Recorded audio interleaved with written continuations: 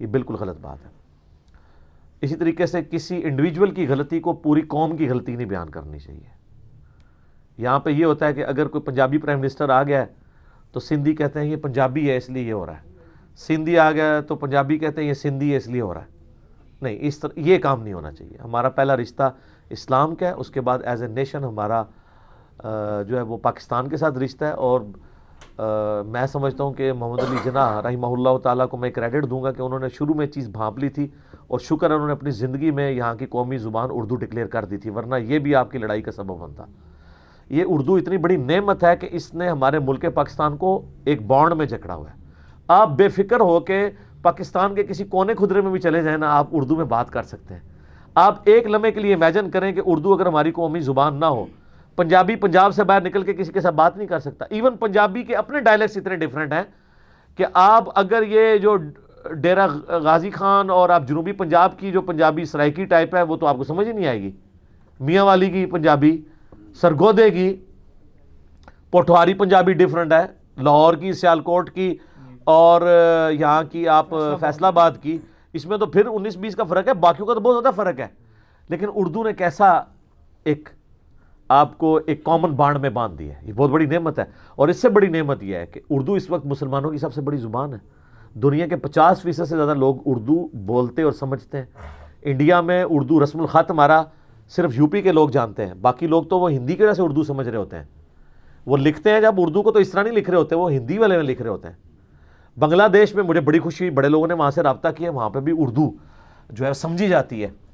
بول نہ سکے سمجھ تو لیتے ہیں, کہ بول لیتے ہیں. نیپال کے اندر, بھوٹان کے اندر ہماری ویڈیوز دیکھی جا رہی ہیں, اس سے مجھے آئیڈیا ہوا. اور اس میں میں کریڈٹ تبلیغی جماعت کو بھی دیتا ہوں, چونکہ تبلیغی جماعت کا مین نصاب اردو زبان میں تھا. اس کی وجہ سے تبلیغی جماعت چونکہ دنیا کے آلموسٹ 170 ملکوں میں ان کے مراکز ہیں, تو اس کی وجہ سے پھر اردو زبان پھیلی. اور اس وقت میرا یہ دعویٰ ہے کہ دنیا میں سب سے زیادہ علم جس لینگویج میں ہے اسلام کا وہ اردو ہے, عربی سے بھی زیادہ. اس لیے کہ عربی تو نایاب کتابیں پڑھی ہوئی ہیں لائبریریز میں, وہ کوئی خریدتا ہی نہیں ہے. جو کتابیں پڑھی جا رہی ہیں نا وہ اردو کی ہیں. اس لیے آپ دیکھیں کتنی نایاب کتابیں اردو میں آ گئی ہیں. پہلے کسی نے سوچا ہی نہیں تھا. سیرت ابن اسحاق کا ترجمہ ہونا ہے, المستدرک الحاکم کا ترجمہ ہونا ہے, سلکبرا البیہقی کا ترجمہ آ گیا, صحیح ابن حبان کا آ گیا, مصنف ابن ابی شیبہ کا, مصنف عبدالرزاق کا. یہ وہ کتابیں تھیں 20-20 25-25 جلدوں کے اوپر عربی میں پھیلی ہوئی, ان کے ترجمے آ گئے اردو میں. عربیوں نے تو نہیں پڑھنی, اور ہم لوگوں نے عربی اس لیول کی سیکھنی نہیں ہے, اور سیکھ بھی لیں تو پھر بھی عربی بہت جو دقیق عربی ہے لٹریچر کی, ہمیں تو سمجھ نہیں آتی. تو اردو زبان میں ٹرانسلیٹ ہونے سے کتنا فائدہ ہوا ہے اس وقت پریکٹیکلی. مجھے ایک بھائی ملے, وہ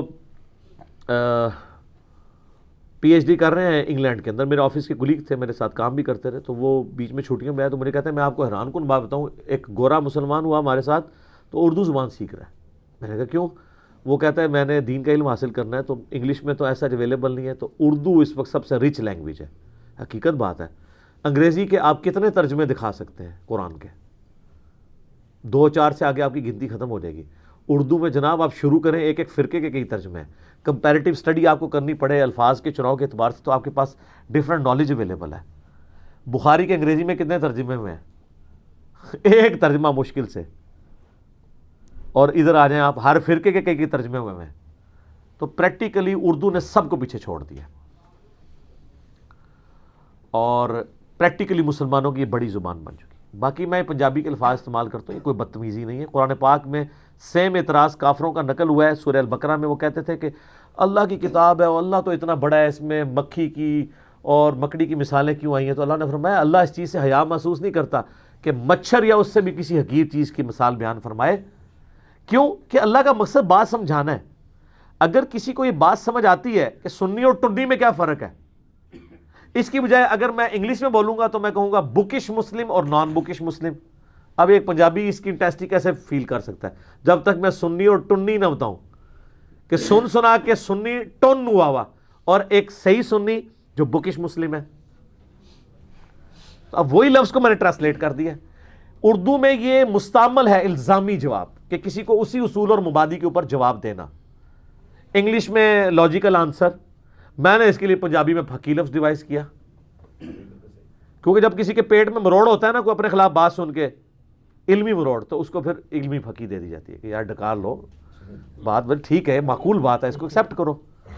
تو اب یہ پھکی کو گالی نہیں ہے، پھکی یہ کیا ہے، پھکی گالی ہے. کیا ہم لوگ پھکی استعمال نہیں کرتے پنجاب کے کلچر میں؟ ایون پھکی تو اردو کا لفظ میں بھی مستعمل ہے، اردو میں پھکی کہا جاتا ہے. تو یہ ورڈ اس لیے ڈیوائز کیے کہ بعض اوقات مثالوں کے ذریعے بات پہنچتی. آپ قرآن دیکھیں مثالوں سے بھرپور ہے.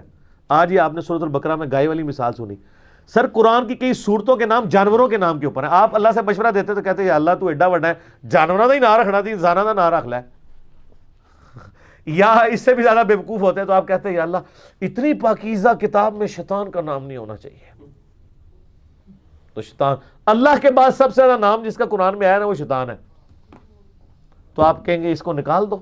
وہ سمجھانے کے لیے ہے، اس کی چالوں سے بچنے کے لیے. سورۃ البقرہ گائے، سورۃ الانعام مویشی، سورۃ النمل چیونٹی، سورۃ العنکبوت مکڑی. سر کتنے صورتوں کے نام جانوروں کے نام کے اوپر ہیں. تو اللہ تعالیٰ معاذ اللہ جو ہے سورۃ النحل شہد کی مکھی. بات سمجھانا ہے ان چیزوں سے. یہ اللہ نے ہمیں پریکٹیکلی سلیقہ سکھایا کہ اگر آپ نے بات سمجھانی ہے تو آپ کو مثالیں بھی دینی ہوں گی. قرآن میں کئی الفاظ ہیں جو نان عربک ہیں، استعمال ہو رہے ہیں، عربی میں مستعمل ہو گئے تھے دوسری زبانوں سے. اس وقت انگلش میں کئی الفاظ ہیں جو عربی سے گئے ہیں، کیونکہ کبھی ہم بھی دنیا میں حکمران تھے. یہ میل کا لفظ جو ہے یہ عربی کا لفظ ہے. صحیح مسلم میں ہے کہ سورج جو ہے 1.25 میل کے فاصلے پہ آ جائے گا قرب قیامت میں. اسی کو مائل بنا دیا انگلش میں جا کے. کئی ایک الفاظ ہیں جو انگریزی سے اردو میں آئے، عربی میں چلے گئے. آپ دیکھیں انگریزی میں پاپا بولا جاتا ہے نا باپ کے لیے، عربی بولتے ہیں بابا، کیونکہ عربی میں پے نہیں ہوتی تو انہوں نے پے کی جگہ بے بنا دی ہے. ہمارے اردو میں میرے بچے بھی بابا کہتے ہیں مجھے. تو کئی یونیورسل الفاظ ہیں جو استعمال ہو رہے ہوتے ہیں. تو آپ میری ویڈیوز کوئی بہت پرانی ویڈیوز ہونا تو ان میں الفاظ کو زیادہ بھی استعمال ہو جائیں پھر بھی آپ کو سمجھ آئے گا. آپ تو کئی سالوں سے جو ہماری ایچ ڈی ریکارڈنگز میں جتنی باتیں ہیں، میں انٹینشنلی بولتے وقت یہ خیال کر رہا ہوتا ہوں کہ میں کہیں ایسا لفظ نہ بول جاؤں جس سے پوری کی پوری گفتگو کا رخ بدل جائے. ٹھیک ہے، لیکن مزہ پنجابی میں آتا ہے، کیا کریں، وہ ٹیسٹ بولنے میں بھی. ٹھیک ہے نا. اب میں یہ جو کہتا ہوں کام چک کے رکھو، ٹھیک ہے، آپ اس کو جتنا مرضی اردو میں کہتے ہیں کام اٹھا کر رکھیں. چک کے رکھو تو اٹھا کے رکھو میں بڑا فرق ہے سر. ٹھیک ہے نا. تو یہ اور صرف پنجابی نہیں ہے، انگلش کے بھی میں کئی لفظ استعمال ایسے کرتا ہوں جن کا مزہ انگریزی میں ہے. اب اینٹی وینم، اس کو میں اب اردو میں کیا ٹرانسلیٹ کروں؟ ٹھیک ہے، کیا ہوگا جی اس کا اردو ترجمہ؟ تریاک. ہوں تریاک میں بول دیا تو کتنے اردو دیان ہیں ان کو تریاک کا مطلب پتا ہے؟ اینٹی وینم، وینم کا علاج اینٹی وینم. ٹھیک ہے، تو یہ پاسبل نہیں ہوگا. نیکسٹ بھی مجھ سے امید نہ کریں. آپ اس بعض اوقات اس ٹینشن میں لوگ آ جاتے ہیں کہ پتہ نہیں علی بھائی نے کوئی ایسی بات کر دی ہے جس سے کوئی اور مطلب نکل رہا ہے. نہیں سر، جس طرح ایاک نعبد و ایاک نستعین کے بعد کوئی بھی آیت یا علی مجھے ثابت نہیں کرتی، اس طرح میری گفتگو میں کوئی بھی پنجابی کا لفظ جو میں میسج آپ کو کنوے کر رہا ہوں اس میں فرق نہیں ڈالتا. اور میں اس کو پھر کئی انداز میں ریپیٹ کر دیتا ہوں، کبھی ادھر سے کبھی ادھر سے. ان میں سے ایک چیز کا آپ کو مزہ ہے، آپ اس کو چھوڑ دیں. کئی لوگ یہاں ہیں جی انگریزی کے الفاظ نہ بولا کریں جی، کئی لوگوں کو نہیں آتے ہوتے. یار میں کیا کروں، وہ الفاظ ہے ہی انگریزی میں ہے، پھر میری تو فلوئنسی رک جائے گی زبان کی. اور دوسری طرف کئی لوگ ہیں وہ کہتے ہیں جی ہمیں بڑا مزہ آتا ہے کسی پڑھے لکھے بندے کی بات سن رہے ہیں، انگریزی کے الفاظ آپ بولتے ہیں، بس یہ بیچ میں نا شستہ اردو کے الفاظ نہ بولا کریں. بعض آپ اتنی مشکل اردو بول دیتے ہیں. ٹھیک ہے، تذکیر، تبشیر. حالانکہ میں جب تذکیر بول رہا ہوتا ہوں تو میں نصیحت بھی بول رہا ہوتا ہوں کہ تذکیر یعنی نصیحت قرآن کے ذریعے، تبشیر یعنی خوشخبری سنانا. تو سر آپ تھوڑا سا اپنا بھی نالج انہانس کریں. ہمارا سب سے بڑا مسئلہ یہ ہے کہ ہم خود چیزیں لرن نہیں کرنا چاہتے، سیکھنا نہیں چاہتے. اور دین سیکھنے کے لیے آپ کو کئی ٹرمز سیکھنی پڑیں گی. وہ ٹرمز ہیں ہی دین کی ٹرمز ہیں، وہ میں چینج نہیں کر سکتا. مصحف، اب یہ ایک ٹرم ہے قرآن کے لیے جو کتابی شکل میں قرآن ہے، اسے مصحف کہا جاتا ہے. اب میں اگر اس کو اردو میں بیان کروں گا ٹرانسلیٹ کرتے ہوئے، اردو کا یہ لفظ مصحف عربی سے آیا ہوا ہے، یہ یوز کرنے کی بجائے کہوں کہ دو گتوں کے درمیان جو قرآن لکھی ہوئی شکل میں ہمارے پاس موجود ہے، اس پورے جملے کا ایک لفظ ہے مصحف، مصحف عثمانی. تو اب مصحف کی جگہ میں کون سا لفظ استعمال کروں گا؟ 4 لائنیں بولوں گا؟ یہ پاسبل نہیں ہے. تو ٹرمز جو ہے نا وہ اسی زبان میں اچھی لگتی ہیں جس کی ٹرمز ہوتی ہیں. مجہول، ان نون، مجہول راوی، ضعیف. اب ضعیف تو کسی کو نہیں چیڑ ہوتی ہے، ضعیف حدیث یا ضعیف سند، حالانکہ ضعیف لفظ عربی کا ہے. اردو میں ضعیف کا یہ مطلب ہی نہیں ہے. ضعیف یہاں تو بوڑھے کو کہہ رہے ہوتے ہیں نا، زواد ضعیف قاعدے وچ. اور ایک مولانا کہتے ہیں یار اگر ماں باپ ضعیف ہو جائیں تو ان کو گھر سے باہر پھینک دے، تو ان کا تو احترام اور بڑھ جاتا ہے، تو ضعیف حدیث کا بھی اور بڑھ جاتا ہے. ٹھیک ہے، تو یہ جب لوگوں کا علمی لیول ہو. اور بکرا تو ہی ہے نا بیڑا قاری صاحب، ٹھیک ہے، انہوں نے اسے پوچھا یہ بکرا کیا مطلب؟ انہوں نے کہا بکرا مطلب بکرا. اب اس کو کیا پتا کہ عربی والا بکرا جڑا ہے وہ کاف نال ہوتا ہے 2 نقطوں والی، وہ گائے کو کہتے ہیں. اردو والا کاف کش والا ہوتا ہے، اور کاف کلرک والا ہوتا ہے، اور کاف نہیں کہتی ہے نہیں دوسرا کش والا کاف علماء سو والا. ٹھیک ہے نا، بس کچھ کوڈ ورڈز میں بھی باتیں ہونی چاہیے، پھر سخت باتیں ہو جائیں گی. اب میسج پہ غور کیا کریں.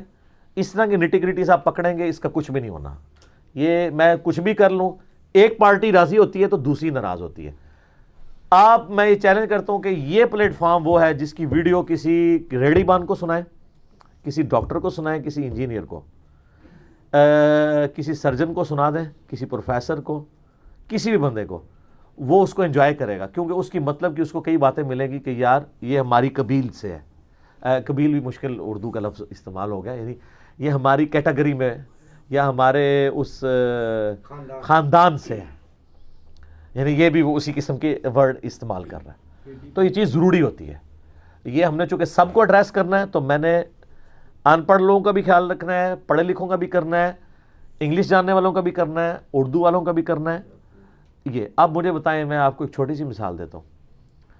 کرونا وائرس کے اوپر ہماری پچھلی دفعہ ویڈیو ریکارڈ ہوئی ہے، آپ لوگوں میں سے کئی لوگوں نے دیکھ لی ہوگی. علماء بھی بول رہے ہیں. ایک بار علماء کی ویڈیو بھی دیکھ لیں، ساروں کی، اینڈ پہ میری بھی دیکھیں، تو آپ کو زمین اسمان کا فرق نظر آئے گا کہ ہم نے آج کے دور کے وسوسے سیٹل کیے ہیں. کسی عالم نے نہیں بتایا کہ جی وہ چائنا والوں نے ایک وائرس بنا لیا ہے.